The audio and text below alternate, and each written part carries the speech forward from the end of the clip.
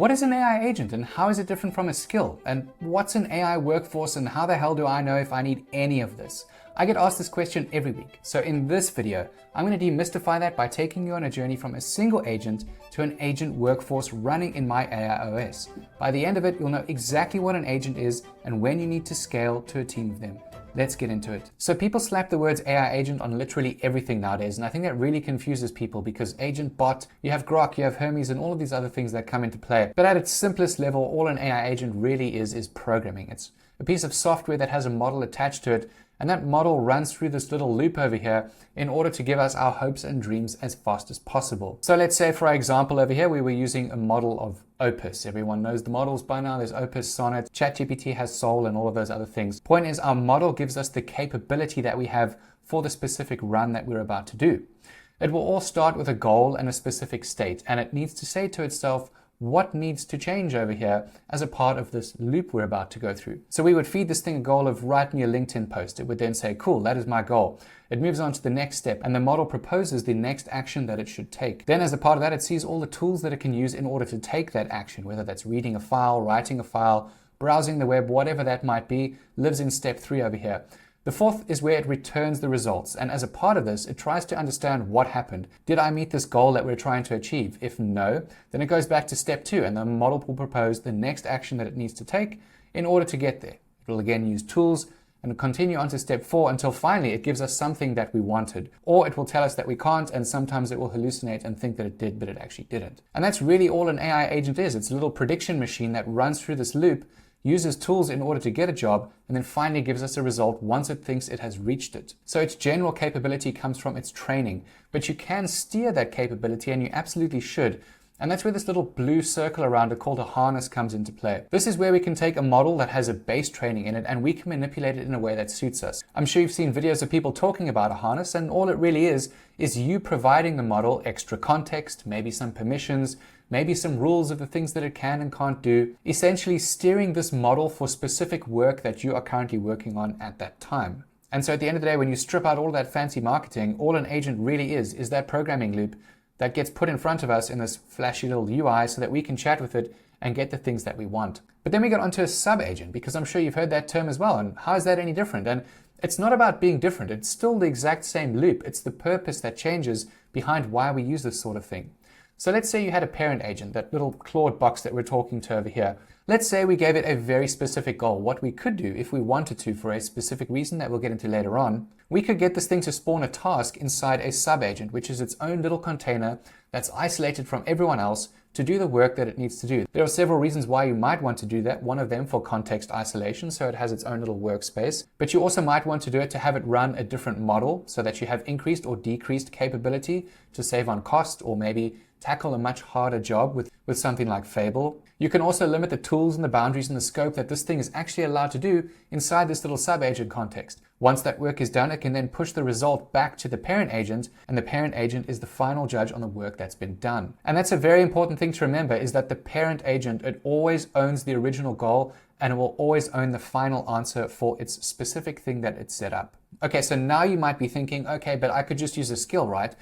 And that's where you need to remember that everything that we're doing inside Claude is agentic. You're using this agentic loop even with a skill. There is no skill without an agent. An agent can run without a skill, but a skill can't run without an agent.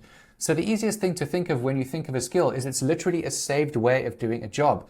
And most of its intelligence, if you're writing skills properly, comes from your domain expertise or your human expertise for the specific process that you've been working on. So all we're doing here is giving the agent a little handbook and saying, this is the right way to do the job that I want you to do for me. It carries most of the intelligence that the agent will be doing for that specific job. Okay, but then why are people naming agents? Why are they building profiles behind them?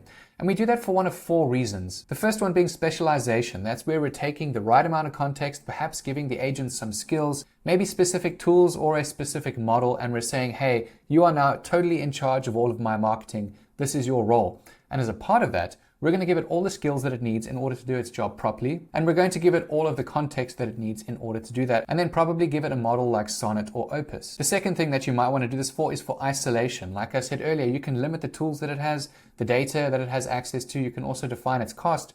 based on giving it a lower model. Perhaps you give it smaller tasks to take on. The point is here you get to isolate the way that it works. The third benefit over here is that you have continuity, meaning that this thing can pick up state from the last time that it stopped working, so that each time you're using it, you're not starting from scratch. The fourth reason over here is ownership, where it can own an entire lane, as with our example over here, for content creation. So it would notice something needs to get done. It can then choose the actions that it needs to take based on how you've programmed it.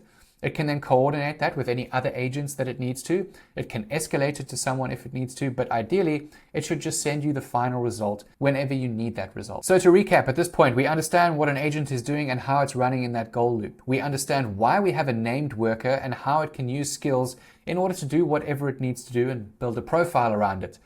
But what the hell is an AI workforce, and why would we even want to use one? And really that comes down to management. We want to get our business to a point where not only is everything automated, but we actually have to make less decisions because the AI agents that we put in charge of specific lanes know exactly what they need to do and when they need to speak to a human or bring something to our attention. And I get it, at this point you might be thinking, but can't my AI operating system already do that? And the answer is yes, but there are some nuances, and we'll get into that because the AI operating system is entirely fundamental to everything that's going on here. The first thing you'll notice is that I am at the top, and it always needs to stay that way. The human is always in charge of this thing.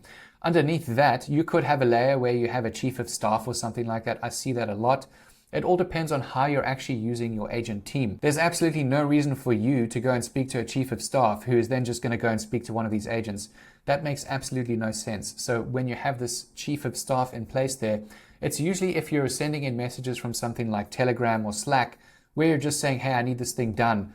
And then it sends it into the chief of staff who would then pass it on to these. But because for the most part, I'm always working inside my AIOS with these agents anyway, I just delegate directly to them when I need to or when they're not working autonomously. But you can see here how I group everything. So if you've been watching my AIOS videos over the last few months, you can see I break everything down by 4 pods in a business. You have acquisition, delivery, support, and ops. We'll stick with acquisition for now. This is how you get your clients. And inside here, we have our agent called Harper.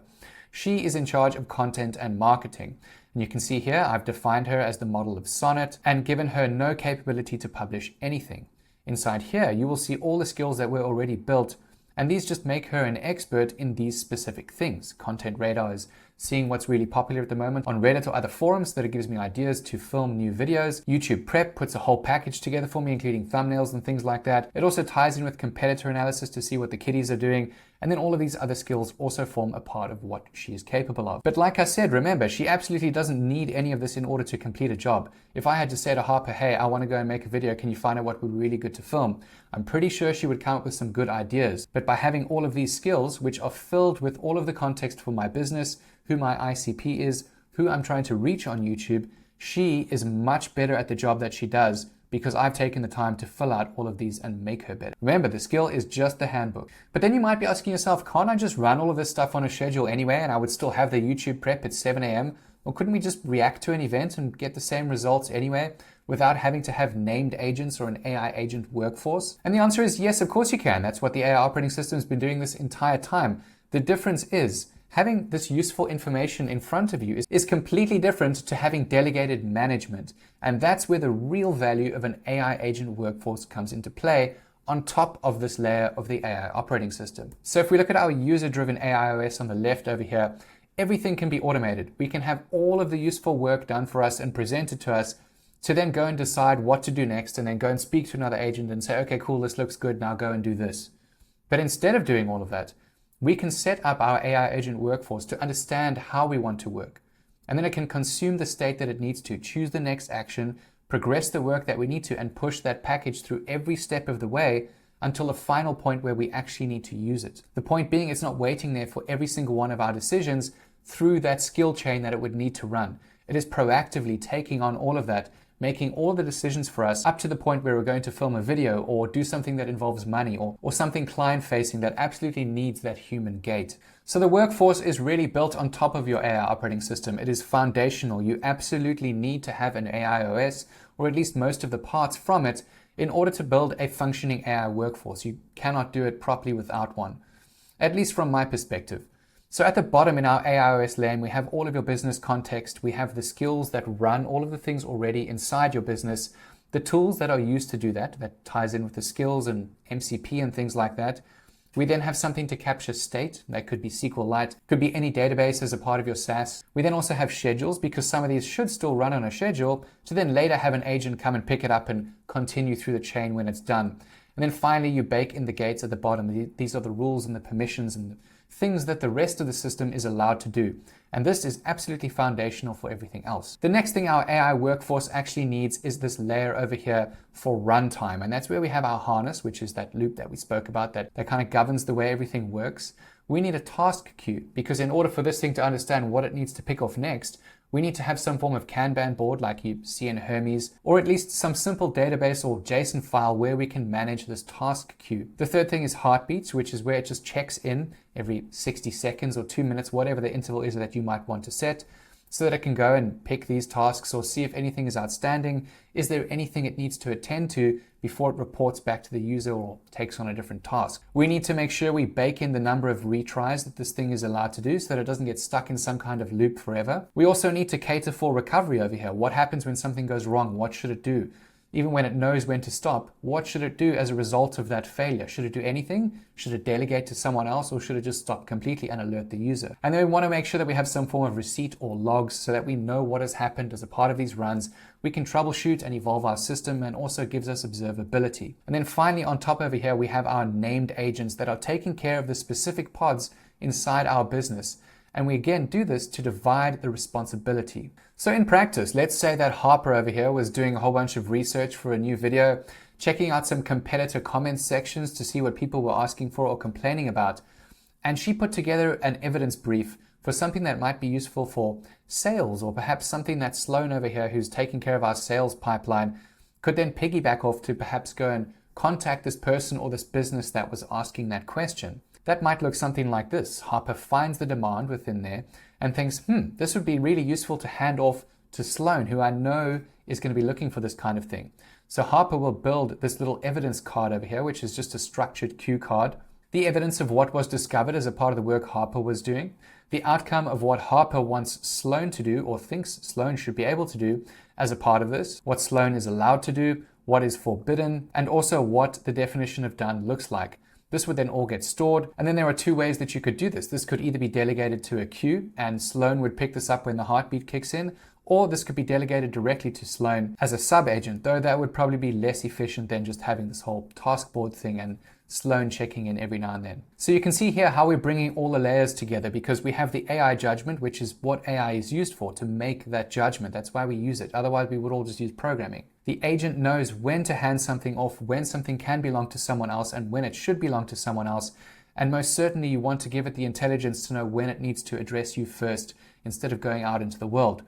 The intelligence, though, comes from our AI operating system. It is everything that we have programmed into this entire workspace over here, with all of our skills, all of our business context, and everything that this little agent.md that we've got over here will use to actually run once it's invoked. The third part of this handoff process relies on that continuity queue that I spoke about, where we have that Kanban board or any form of state management where an agent can just come and pick things up. Typically then at runtime, you would either have a dispatcher that calls Sloan, or you would just get Sloan to call in as a part of her schedule or heartbeat, whatever that might be. And finally, like I said, as a part of our system, we need to have authority here. And the 3 M's for me are money, megaphone, and meaning. If any of those things come into play for the work that they're doing, they need to speak to a human.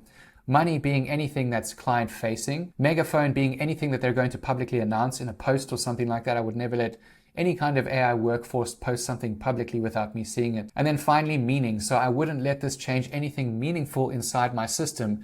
For instance, I wouldn't let Sloan come in here and update several of my skills because of some kind of context change she thinks would be meaningful for the system. I absolutely need to be involved in that, because if she had to change one thing inside here, it could affect every other skill inside the system and therefore make the system inaccurate. So you have to have authority gates at specific points. In terms of what these magical agents look like when they're not on that pretty little front end, it's literally just a markdown file. You can see here we've got harper.md, and that lives inside your .claude agents folder right over here. We've got a bunch of our workforce over here in my dev environment. And all it is a name with a description of when this thing is going to be used, what it's invoked for, so that Claude knows when you're talking to it down here, or when you call it from something like Telegram or Slack, It knows exactly who to route from your workforce pool. We've given it a model. Like I said, you can choose the model, Sonnet, Opus, whatever works for you, with an effort level, how many turns this thing can actually run. We then set some boundaries, so we tell it what tools that it's not allowed to use. We give it some skills that it should be using as a part of the work that it's doing. It doesn't have to use them all the time, and it is smart enough to know when it should use them, as long as you've written your skill properly. I have an entirely separate video on skills for you to watch if you're not sure how to do those. We then have some hooks in place here, again, to set some more boundaries. We're giving some very strict programmatic rules, perhaps around what it's allowed to use at a specific stage of the time that it's doing the work. In this case, we're using a pre-tool use hook, which is before it uses any tool. We're setting some boundary guards over here. And then it's really just about writing a clear system prompt over here. It's nothing too long and nothing too special. You don't need to feed these things as much information as you used to. These new frontier models actually perform worse when you use too much prose inside skills or inside a system prompt for an agent. So it's about finding the right balance of that. And really at a high level, this is how it all comes together. We're not building these magical humans. We're just making markdown files that know exactly how to use your underlying infrastructure, which is why I've been saying since December to focus so much on the underlying foundations, because they build every single part of your operating system and it makes everything way easier. But I think that's enough for one video. I will be putting out videos where I walk through this building from scratch. If you have any comments, leave them down below and I will get back to you. Otherwise, check out the videos on the screen now. They'll definitely help you in your journey. Or you can join my community where I'm helping AI builders and consultants every single day. See you guys later.